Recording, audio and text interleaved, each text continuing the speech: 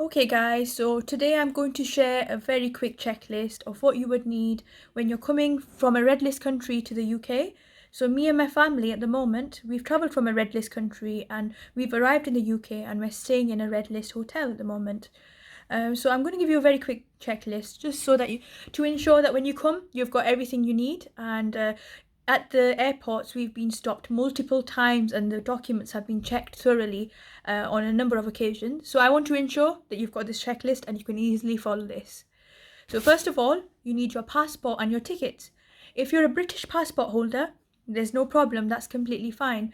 But if you've got any visas like spouse, dependent, work visas, or indefinite leave to remain, ensure that you've got the proof. So you've got your biometric residence card or proof of your visa there so that they allow you to board and come into the UK. If you're a new student, make sure that you check the site for your university or college to ensure that you've met all the requirements. But most importantly, make sure that you're checking the Gov website, the gov.uk website, in case there's any updates. The reason for this is that the Gov website is always updating with new legislation, so just ensure that you're keeping an eye if you're a new student. Usually, the requirement is that your visa should be valid for spring and summer 2021 to ensure that you can successfully come into the UK. So that was the passport and ticket side of things. As well as that, you need a negative COVID test. So please check with your airline to see which are the approved COVID testing clinics. So for Pakistan, we've got, for example, for Turkish Airlines, Chuk Dai Lab was accepted and Shaukat Khanum was accepted. So just ensure that you're checking with your country, what clinic is suitable at the moment. So make sure that's taken at least 72 hours before your first flight. So if you have a connecting flight, make sure that you've taken your test and you've allowed enough time for the test result to come through. In the test, it will be a fit to fly certificate, and it'll obviously indicate that you've got a negative result or COVID is not detected. And as well as that, it'll ask for your passport number and your flight details, etc. So just simple stuff, easily obtainable.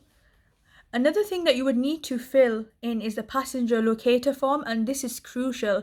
This is available on the Gov website. It's simply a form. It asks for your passport number, your flight number, or the countries that you've previously been in the last 10 days. As well as that, it'll ask for just the general information like the confirmation of your booking for your quarantine package. So please ensure that you've filled out a passenger locator form. This is very important. And this can only be filled in 48 hours before arriving into the UK.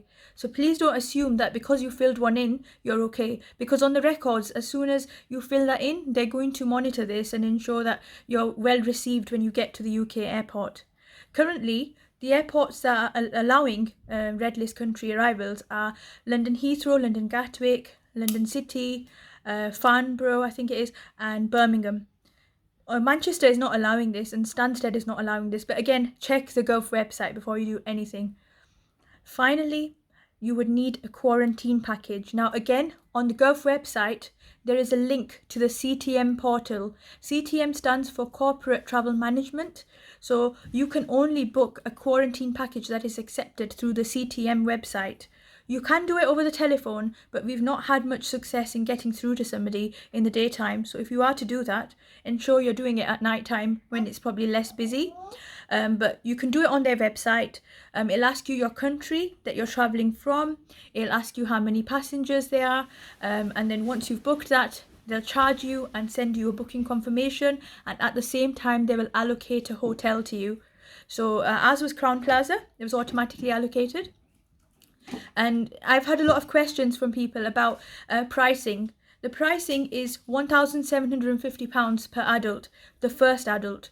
So if there's one adult in the booking, £1,750.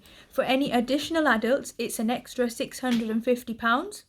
So for me and my husband, it was £1,750 plus £650. Now, if you've got any children over the age of 5, that would be an additional £325 per child. So for us, we've got 2 adults, 2 children. So 1,750 for me or for my husband, 650 for the second adult, 325 for the child who's 6, and we have one child who's 2 years old and she is free because she's under 5. So those are the charges. You pay them there and then on the portal, and then you get the confirmation sent to you. And you need that booking reference number to put into the passenger locator form as well. So once you've done all that, the best way I would suggest is have hard copies. Print them all out and just ensure that you've got copies of everything on multiple occasions. Whenever they stop you, even if you're on a connecting flight, we connect through Istanbul. They kept checking every different port and entrance and through security. Have you got your booking? Have you got this? So yes, please have all the confirmations ready. When you get to the hotel, the first day of the hotel is day 0. When you've slept that night and the next full day comes, that is going to be your day 1. So you're going to stay here for 10 days. The food and drink is included, and the day 2 and the day 8 tests for the COVID, they are also included. So again, you've got to remember that this is all part of the same package. For day 2, they will deliver the test to you, to your door. You'll take the test, you'll register your test with the NHS on the website. It's all self-explanatory, very simple to follow, but if you're having problems, call 119 from your phone. It's free of charge, and then you can register over the telephone. You've got to register that barcode so it associates with your test, and then when the test result comes through, usually within 48 hours, you'll get that via text and email so that you've got your evidence there to say you've got the all clear. So that's the testing. The food and drink is included as well. So just to let you know, so you've got your breakfast, lunch, dinner, you've got multiple choices. They'll give you a menu and you've got different choices. I have uploaded episode 2. It is in Urdu, Hindi, but I will be putting an English version out there too. But just for your reference, if you wanted to have a look, you could have a look and see there's different options. There's halal options, there's vegetarian options. Rest assured, you're not going to go hungry. There's plenty of food. And we have a lot of leftovers at times as well, because there's just so many salads and fruits and a good variety of British food basically.